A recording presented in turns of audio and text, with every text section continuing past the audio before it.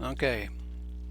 Now, yesterday, I was blathering on about how Acts chapter 7 was a great element of literary something, something, something, right? I was comparing Acts chapter 7, the speech given by Stephen, to the speech given by John Galt in Ayn Rand's novel Atlas Shrugged.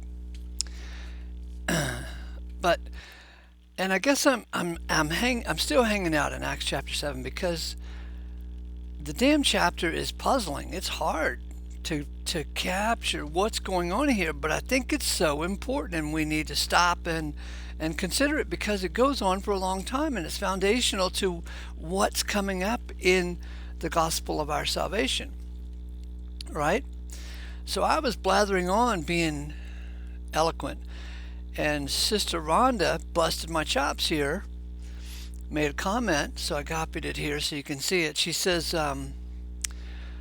Acts chapter 7 in the Concordant Commentary shows interesting parallels between Stephen's history lesson and Israel's rejection of her Messiah.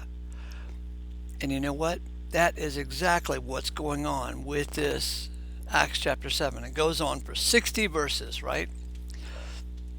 Stephen is recounting Israel's history with her Messiah and Israel's rejection of her Messiah and her repeated rejection, because, Stephen ends up saying, which of the prophets did you not harass and kill? Anyway, then Sister Rhonda goes on and further says, this could be the reason why the freedmen, the free Hebrew slaves from Acts 6, verse 9 and 10, were also referred to as Hellenists from foreign countries brought to Jerusalem through Rome, having relaxed adherence to Jewish laws and customs in some synagogues, would be so upset. So this could be the reason they're so upset. Referring back to Acts chapter 6, verse 7, a vast throng of priests obeyed the faith. However, the priests as a whole in Jerusalem were divided and could not satisfy bringing in the earthly kingdom. Wow, that's an interesting thought. So it does say the vast throng of priests obeyed the faith, a vast throng of priests. But if there were a bunch of different kinds of priests, like, we have Baptists and Catholics and Lutherans, and they were divided and could not satisfy bringing in the earthly kingdom. Okay, so there needed to be, to bring the earthly kingdom, to have Christ, stand up and say, oh, you're welcoming me back as the king over Israel, which would be ruling over the nations. It would take some type of unified effort here. But Sister Rhonda is pointing out that probably didn't happen because there was not a unified direction of the priest. And then she continues, Acts chapter 6 verse 9 mentions there were hundreds of synagogues in Jerusalem, some of which were maintained by various groups of Jews in foreign lands. This is not from the scripture, it's from the commentary, the Concordant Commentary. Anyway, I'm so glad she posted this because Acts chapter 7 is so intriguing as to why it is important that Stephen, not only would Stephen recount seemingly useless details from Old Testament times, but why would Luke capture it and write it down for us today? Why would Luke think it's important? And I'll tell you why I suspect it's important. Is because Acts chapter 7 is part of laying the foundation so we can understand what's going on in our gospel, which we find over in Ephesians chapter 1, where God reveals the secret of his will and the secret administration, right? So the Jews by and large, didn't see this secret. It was God kept it hidden from their eyes. They were too busy stoning the priest, as they're going to stone Stephen right here. Okay, so my reply to Sister Rhonda Friday morning at 5:30 in the morning, I said, your comment got me to thinking, if there's water on the carpet, it's there for a reason. Oh, now that is a clever phrase, and I wanted to share that with you. It's not really biblical, but it encourages you to think about things. If there's water on the carpet, it's there for a reason.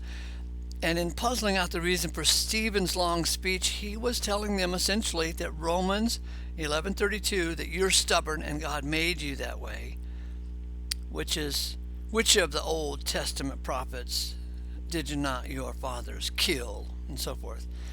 And after such a tongue lashing, why, of course they wanted to kill Stephen too, not just the Old Testament prophets, but they wanted to kill him, and they did. But listen, this speech of Stephen's was a grand setup, because God can't reveal everything all at once. God can't reach perfection and completion of the eons all at once. And we're, by and large, a lot of us morons are sitting here complaining to God as to why he is doing it this way as opposed to that way. And if only he would listen to us, we'd give him a better idea on how to run the world and all of creation. But this was a setup in the grand scheme of things so that God could display grace to us Gentile rabble. And thank you, Sister Rhonda, for your input.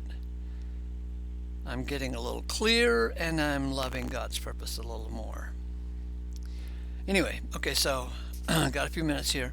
I gave you the assignment yesterday to go through chapter 7 and read it yourself and underline anything that you thought was striking, and I did that myself. And so I'll quickly read over the verses in chapter 7 that I thought was striking, and maybe we can talk about them tomorrow. Chapter 7, verse 2. And he said, men, brethren, and fathers, hearken. The glory of God appeared to our father Abraham. Verse 5. He promised that he would give it to him for possession, the land that is. He promised he would give it to him for possession, and to his seed after him, when as yet he had no child. Verse 7. After that they shall come forth and serve me, or serve God, in this place. I thought in this place was an interesting phrase. Verse 9.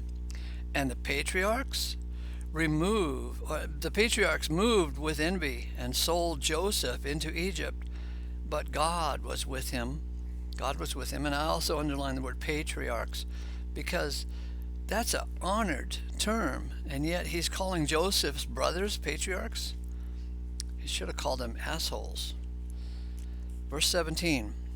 And when the time of promise drew nigh, which God had sworn to Abraham, the people grew and multiplied in Egypt. Now, what does that mean? That's a good thing to think about. When the time of the promise drew nigh. When the time of the promise drew nigh. Verse 20. In which times Moses was born. Could those two be related? Of course they could be. Verse 22. And Moses was learned in all the wisdom of the Egyptians, and was mighty in words and deeds.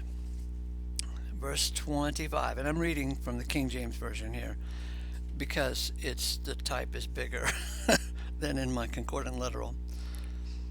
Verse 25, for he supposed his brethren would have understood how that God by his hand would deliver them, but they understood not. He supposed that his brethren would have understood, and they didn't get it.